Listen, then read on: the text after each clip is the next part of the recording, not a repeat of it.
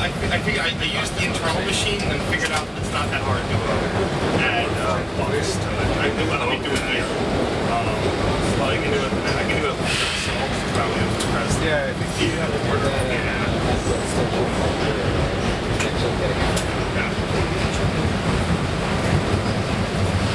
Oh, Green's law was disproven, unfortunately, was broken.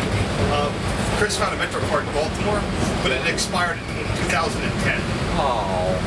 Like, that's not even one you can put into a machine to see how much it's like. I do like the idea of that law. No, it's highly sensible. I found I told you I found a $4 DC Metro card in Baltimore.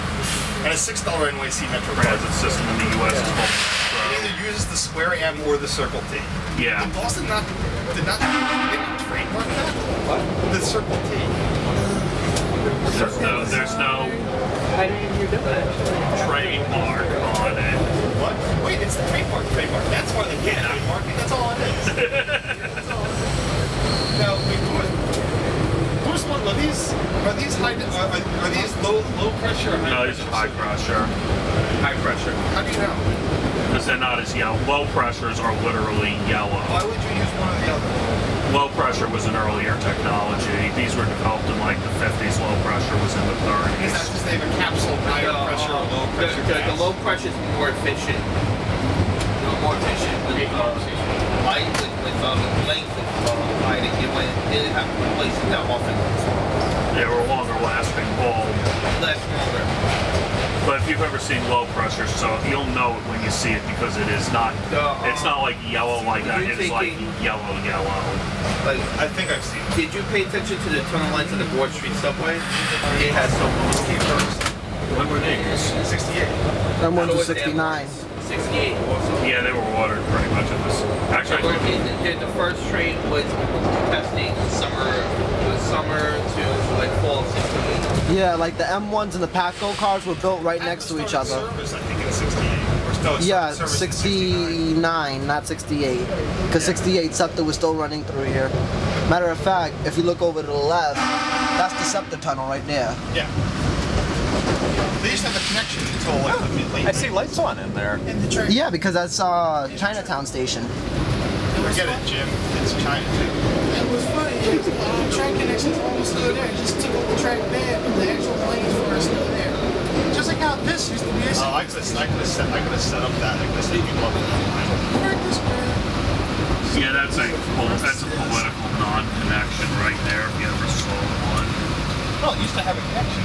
Yes, and they ripped it out probably because they don't want Broad Street subway riders in the big one, the PATCO riders. When they had the connection, they ran the state-of-the-art car on PATCO, and that's what brought it down on. No, they made it two different systems because they wanted PACO to run ATO and SEPTA can't run ATO. There was SEPTA can't figure out what connection ATO. that lasted up through the 90s. That's how they brought the state-of-the-art car ran on the Broad Street line, and they used that connection to bring it on to PATCO. Start down And there. my dad used to ride the Broad Street line up to Temple University, and with the old stock. And he said when the state-of-the-art car pulled in, people weren't sure where they should get on because it was like this thing from another world, and it just sort of pulled up and like, should I get on this? The best description I have ever read was somebody was talking about the M1s when they first went into service, and he said it was just as exciting as stepping onto a 747 because it was such a step up in comfort from the MP54s. The MP54s were crap.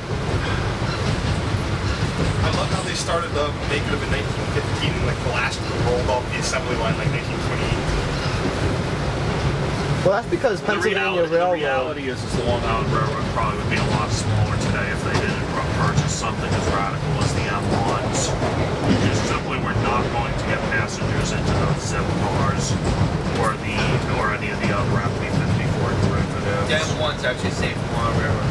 Pretty much. As much as people hate to hear it. I like the M1s. I think they're probably the best purchase New York State ever made for transit. I'm gonna be honest with you. I like the Metro North ones better though. Yeah, but it's such minor differences. I mean, they're the same basic car. Yeah, I know they have different cab signals and different. Slightly different. Yeah. A lot of railroads The have big, but different the cab one railroad signals. storm first that it mentioned what piggybacked on. Well, the state of New York, because it was Conrail at the time. They should have grabbed some Well, you bought them on the SIR. I don't know why they did it. What was that one he is on Metro North? In pretty good shape. I don't know why they did it. I don't know if it's if it's one of those cases of, me organization, beat chess, me organization, beat chess, or, or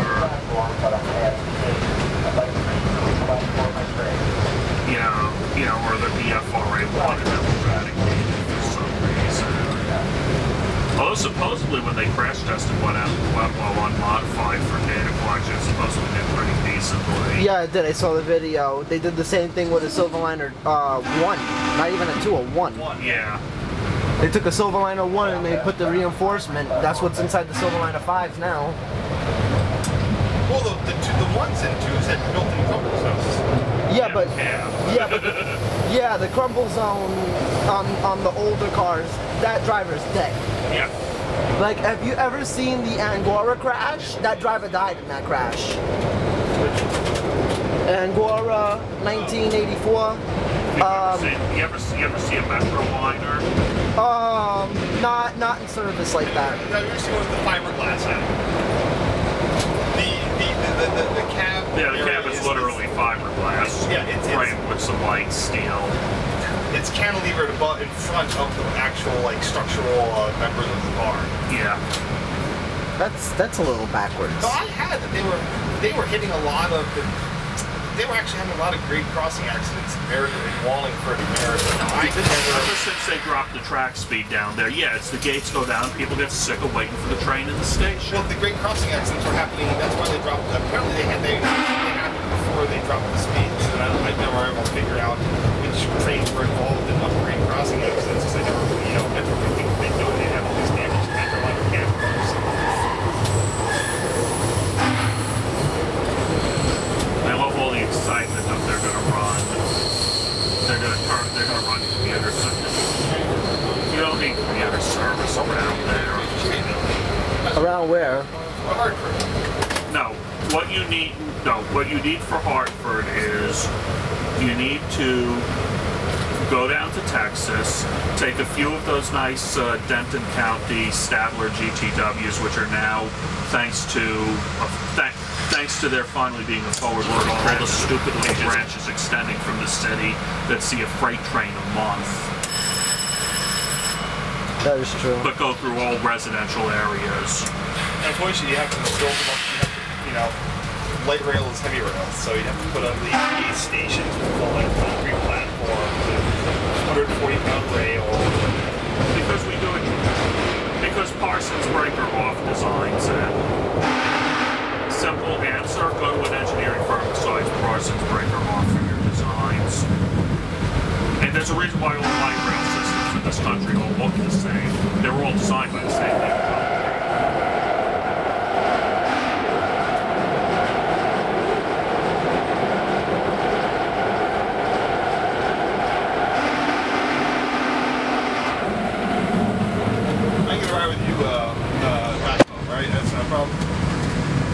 Yeah, you.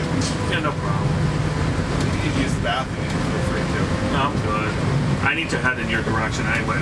There is some serious bunching on this line. Yep. I gotta check my. This is not normal PACO. What was that?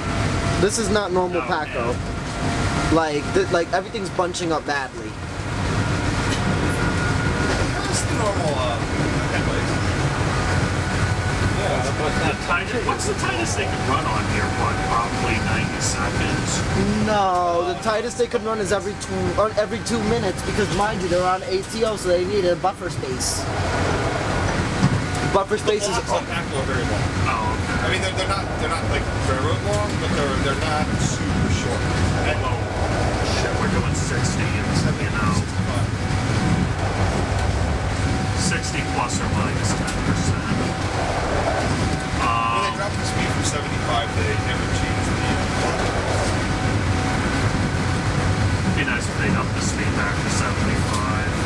These cars can't take them. It was the motors of the original DCs. Maybe when they rebuilt them, they'll put them Yeah, Alstom promised. 75? Yeah. Really? Yeah, Alstom promised that, and also promised, what is it? Onyx propulsion. So they're gonna sound just like a freaking R160. They're keeping the original. They're keeping the DC motors. You're gonna sound like a R160? No, Oh wait, they're keeping the keeping the DC motors and the gearboxes in the trucks. So it's gonna be like. I thought they changed that.